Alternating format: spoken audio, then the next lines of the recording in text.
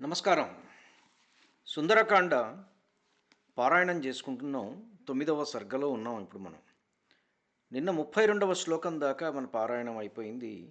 ఇప్పుడు 33వ శ్లోకం నుంచి.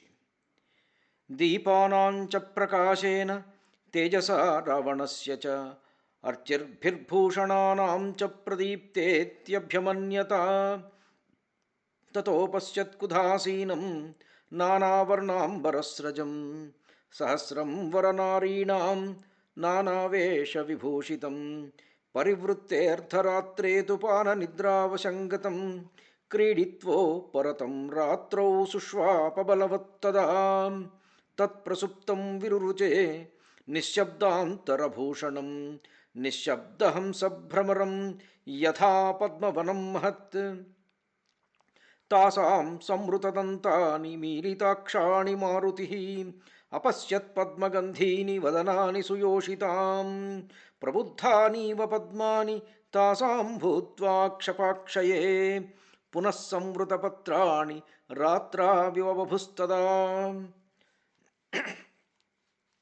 దీపముల కాంతి రావణుని తేజము ఆభరణముల ప్రకాశములు అంతటను వ్యాపించగా ఈ శాల తగలబడుచున్నదా ఏమి అని హనుమంతుడు తలచెను. అంతటా హనుమంతుడు వివిధ వర్ణములు గల వస్త్రములు మాలలు దాల్చి నానావేషములతో అలంకరించుకొని కంబళముపైనున్న శ్రేష్టమైన వనితలు 1000 మందిని చూసెను. అర్ధరాత్రి వరకు వివిధ క్రీడలతో పొద్దుపుచ్చి అలసియుండుట చేతను మద్యము త్రాగుట చేతను వారందరూ గాఢ నిద్రలో మునిగియుండిరి. కదలికలు లేకుండుటచే ఆభరణముల సవ్వడి లేక నిశ్శబ్దమై గాఢనిద్రాపరవశులైన రాక్షసాంగనలున్న ఆ భవనము శబ్దము చేయని హంసలు తుమ్మెదలతో కూడిన పెద్ద తామర కొలను వలె ఉండెను. వారు కన్నులు పలువరుస కానరాకుండా పెదవులు మూసికొని ఉండిరి. ఉత్తమ జాతికి చెందిన ఆ స్త్రీల యొక్క ముఖములు పద్మగంధము కలిగి ఉండెను.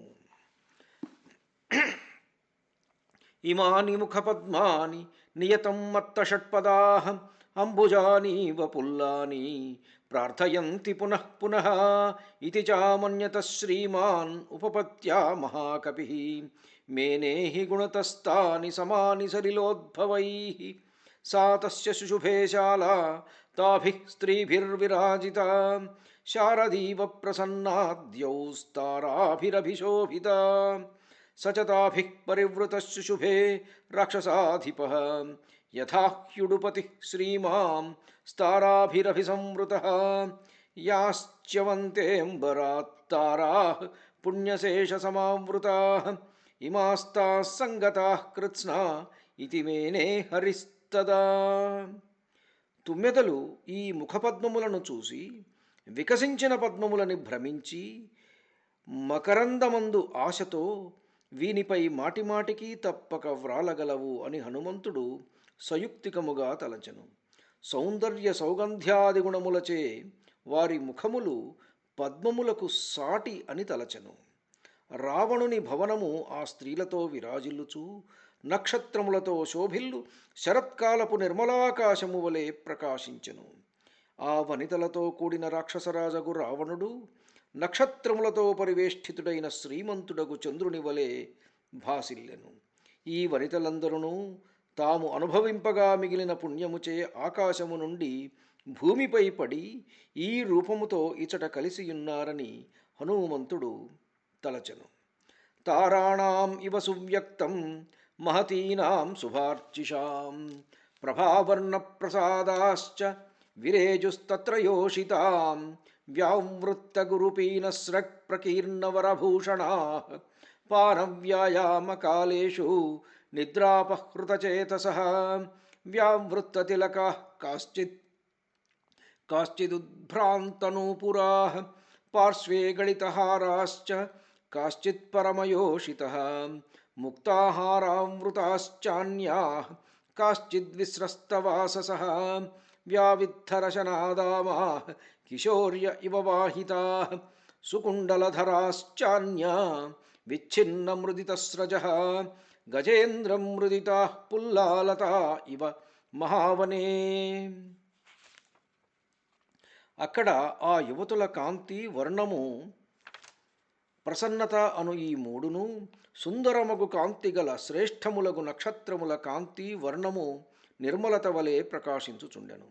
మధుపానమునకు పిమ్మట రతికేళియందు తాము ధరించిన పెద్ద పెద్ద పుష్పమాలలు స్థానము తప్పి ఆభరణములు చెదిరియుండగా ఆ అంగనలు అట్లే ఒడలు మరచి నిదురింపసాగిరి.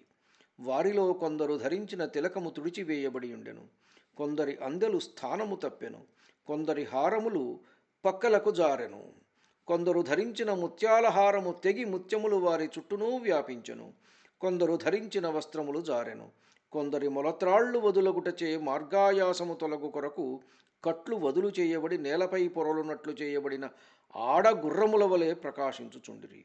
కొందరు చక్కని కుండలములు ధరించియుండిరి. వారు దాల్చిన మాలలు దారము తెగి నలిగియుండెను. వారా మాలలతో మహారణ్యమున గజశ్రేష్టముచే మర్దింపబడిన పూల తీగల వలె నుండిరి. చంద్రాంశుకిరణాభాశ్చ హారాః కాసాంచిదుత్కటాః హంసా ఇవ బభుస్సుప్తాః స్తనమధ్యేషు యోషితాం అపరాసాం చ వైఢూర్యాః కాదంబా ఇవ పక్షిణః హేమసూత్రాణి చాన్యాసం చక్రవాకా ఇవాభవన్. ఇక్కడికి 50వ శ్లోకం అన్నమాట. కొందరు స్త్రీలు స్తనముల నడుమ దాల్చిన పెద్ద పెద్ద ముత్యముల మాలలు చంద్రకిరణముల వలె తెల్లని కాంతిగలవై నిదురించిన హంసల వలె ఉండెను. కొందరు స్తనమధ్య ప్రదేశమున దాల్చిన పగడములు కాదంబ పక్షుల వలెను, మరికొందరు ధరించిన స్వర్ణహారములు చక్రవాక పక్షుల వలెను చూపట్టెను. ఇక్కడికి మనం 50వ శ్లోకంతో ఆపుదాం. పారాయణం ఈరోజు ఈ 50వ శ్లోకం దాకా. ధన్యుణ్ణి. నమస్కారం. మీ ఊటుకూరు జానకి రామారావు.